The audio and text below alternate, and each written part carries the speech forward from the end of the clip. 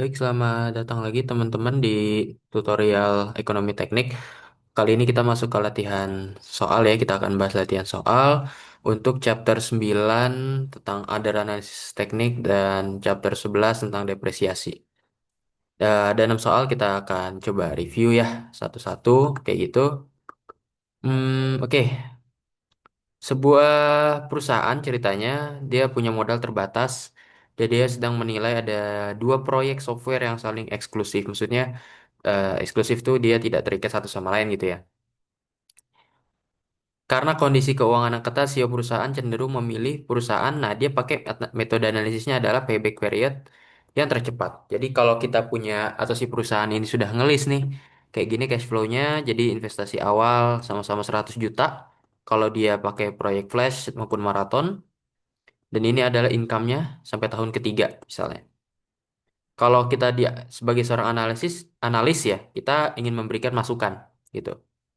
Kalau pakai metode payback period, mana yang akan dipilih? Ya, kalau kita lihat proyek Flash ini, ya, dia modal 100 juta, baliknya 2 tahun. Nih, tahun satu tahun 2 udah 100 juta. 50 juta tambah 50 juta. Jadi 2 tahun dia udah balik modal, gitu kan? Kalau proyek yang maraton, dia 2,5 tahun lah, karena setelah 2 tahun dia masih 80 juta, dia kurang 20 juta lagi, kira-kira 2,5 tahun. Nggak sampai 3 tahun. Ya, artinya kalau kita cuma pakai metode yang payback period, kita akan mengambil kesimpulan atau CEO-nya akan mengambil proyek flash karena lebih cepat balik modal. Itu yang ditanya di soal bagian A. Berdasarkan payback period, proyek mana yang dipilih CEO adalah proyek flash karena balik modal cepat gitu ya. Tapi yang B-nya jelaskan kelemahan fatal dari keputusan ini. Dan apa yang diabaikan? Kalau kita bicara kelemahan, dia buta terhadap cash flow. Dia buta terhadap arus kas. Karena kan kita cuma punya cash flow, terus kita udah dapet titik di mana di titik di mana dia sudah balik modal, gitu kan? Nah, titik balik modal itu dianggap sebagai payback period. Nah, itu yang kita bilang buta. Karena padahal setelahnya kan kalau kita lihat, nah, proyek Flash setelah balik modal hanya menghasilkan keuntungan kecil yaitu 5 juta. Ini 100 juta nih udah balik modal, tahun ketiga cuma 5 juta. Jadi keuntungan proyek 5 juta. Kalau proyek maraton, emang agak lambat balik modalnya sampai 2,5 tahun. Tapi dia keuntungannya lebih besar. Di tahun ketiga dia dapat 80 juta.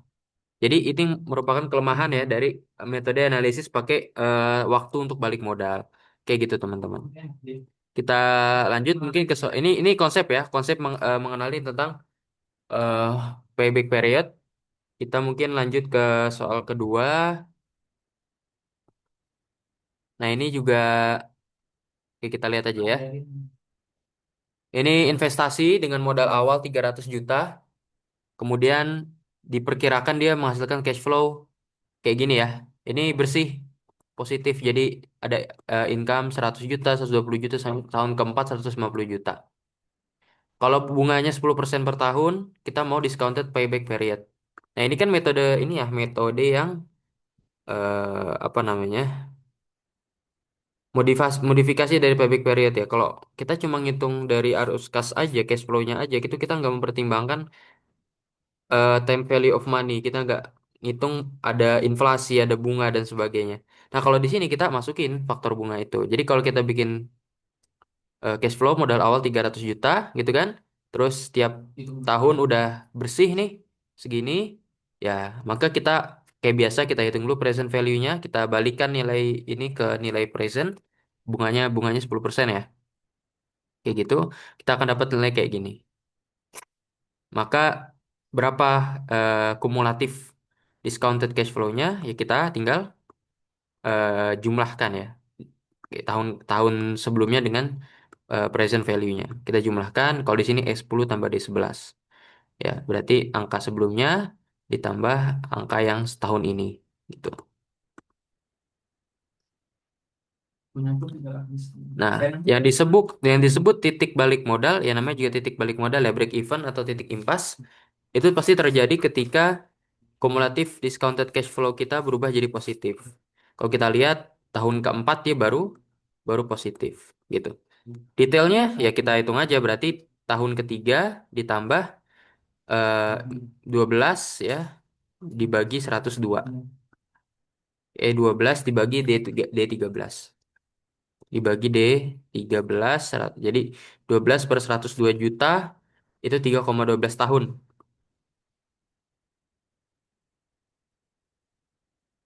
Tapi ya jadi intinya adalah dia akan balik modal dalam 3,12 tahun. Nggak sampai tahun keempat. Karena di akhir tahun keempat dia udah positif, dia udah untung. Udah nggak balik modal lagi. Oke, ya intinya di sini kita pakai payback period ya kita memperkirakan kapan cash flow-nya berbalik arah.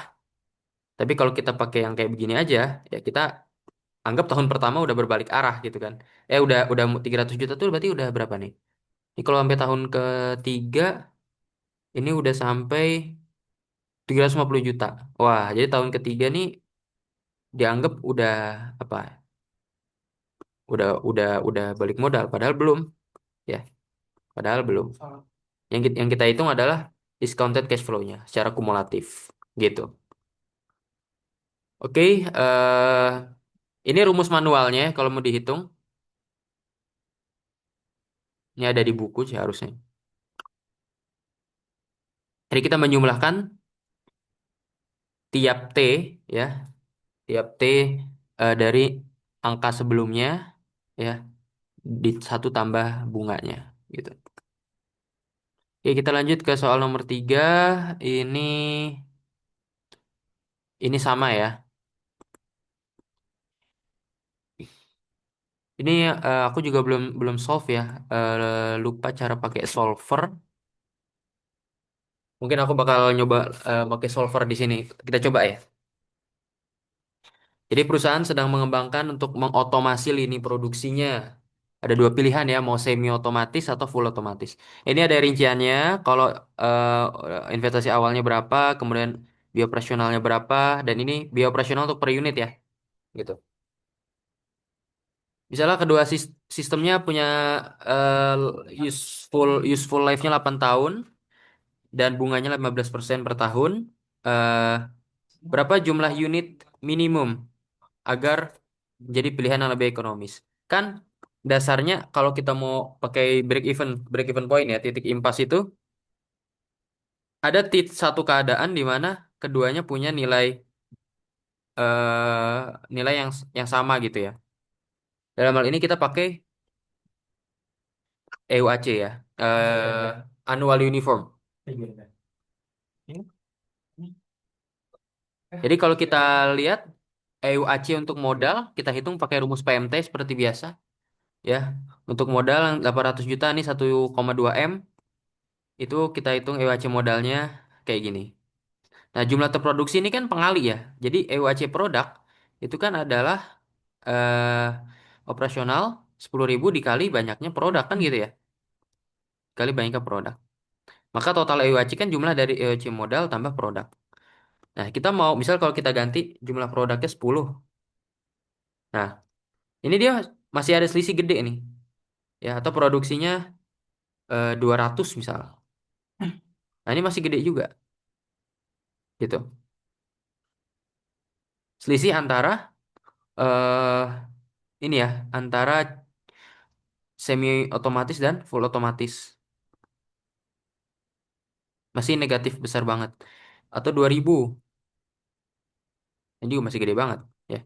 Jadi berapa jumlah yang harus terproduksi sebenarnya supaya eh kan berapa jumlah unit minimum yang harus diproduksi setiap tahun agar B menjadi pilihan yang lebih ekonomis. Ya. Jadi kita si- opsi B full otomatis ini menjadi lebih ekonomis. Karena dia kan modalnya 1,2 M ya, gede banget. Jadi kita nentuin dia ini berapa supaya ininya nol. Kita coba pakai solver kali ya. Ini berarti nanti dikali sama sorry sama D12. D 12. D11 sorry. Pengalinya bukan, tapi sama D. Kayak gini. Jadi kalau kita isi misalnya 3.000, nah ini selisihnya kayak gini.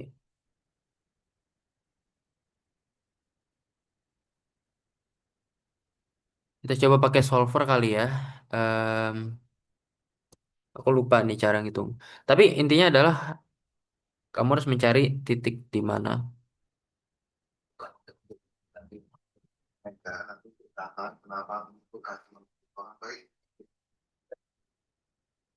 Kayaknya ini bakal em, kalau ngitung manual mungkin bisa ya.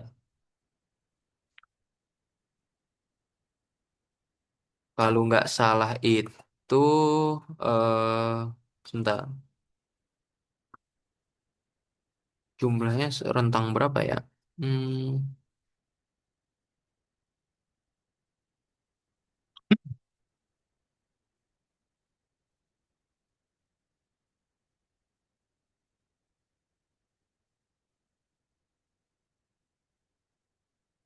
sekitar 20.000 unit.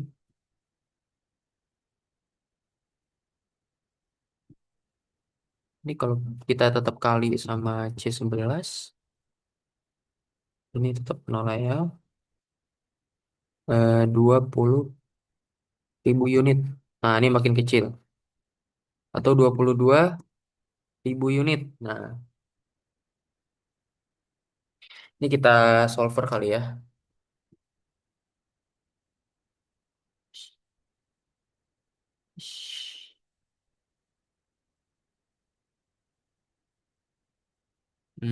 Ntar nih agak agak lemot.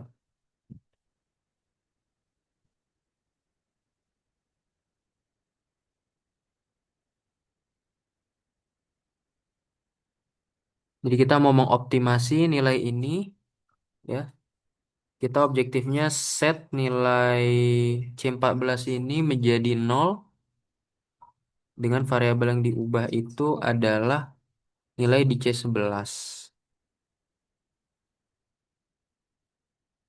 Sum non negatif bisa nggak di solve?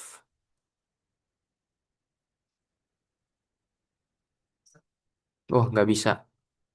Em, Mungkin kita minimize. Bisa nggak di minimize?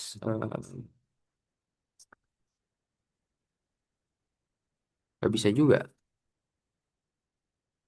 Harusnya pakai goal seek sih. Ada nggak goal seek? Data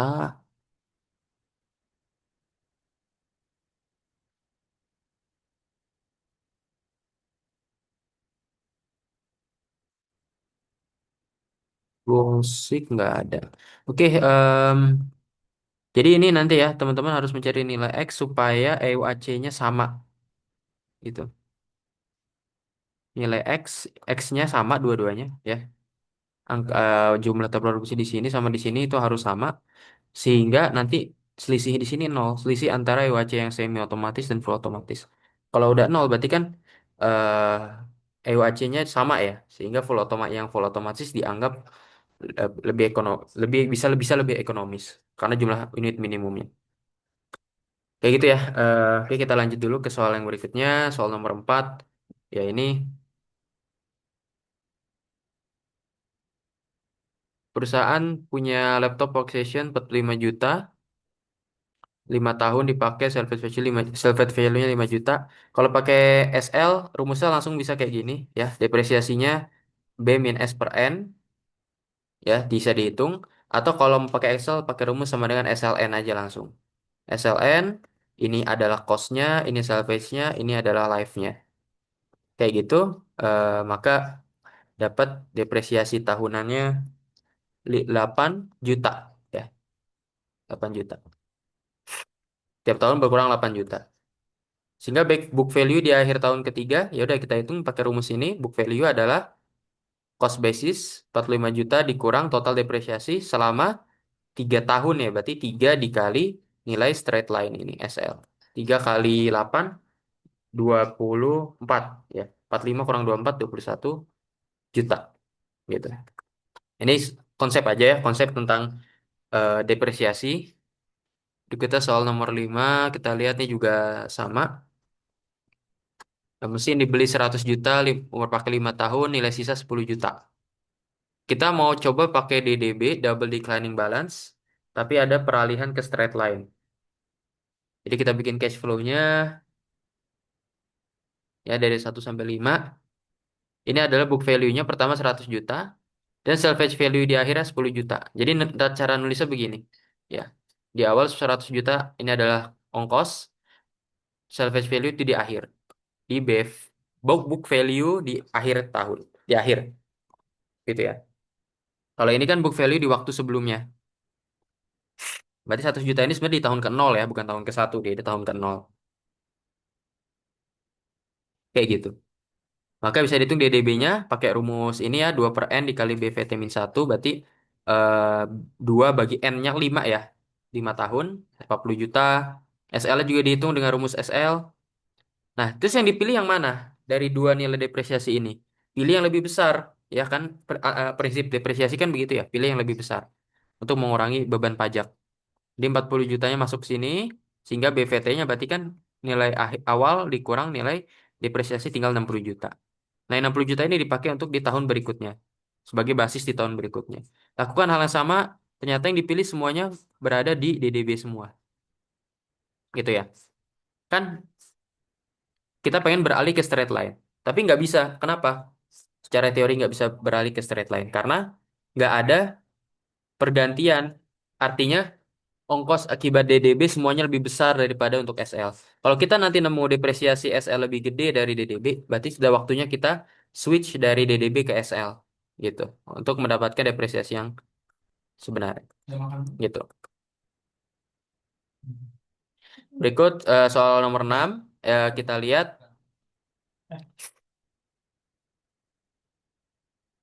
perusahaan punya aset 50.000 nih dolar ya, karena emang MACRS ini aturan perpajakannya Amerika sebenarnya ya. Jadi nggak tahu di teman-teman belajar nggak di kelas, tapi ini aturan pajak Amerika. Jadi ya udah kita coba aja ya, untuk karena ini ada di sumber sumber materi yang aku punya. Menurut aturan pajak ini kelas 5 tahun dan dijual di akhir tahun keempat. Harga 12.000. Tarif pajaknya 25%. Kalau kita mau bilang jadwal depresiasinya, ini udah ada tabelnya. Ya, teman-teman bisa cek di buku mungkin ya, ada. Ini ada jadwalnya. Jadi untuk yang kelas 5 tahun, kalau recovery setahun berapa persen? 2, 3, 4. Nah, ini kan kita mau sampai 4 tahun ya. Berarti kan 0,20% dikali modal awal 50.000. Terus 32% dikali 50.000 dan seterusnya. Sampai tahun keempat 11,52%. Ini salah ya? 11,52% dikali eh 50.000. Berarti total depresiasinya sampai tahun keempat 41.000. Kalau kita punya aset asal 50.000, depresiasinya 41.000, berarti kan nilai akhir aset tinggal 8.000 gitu.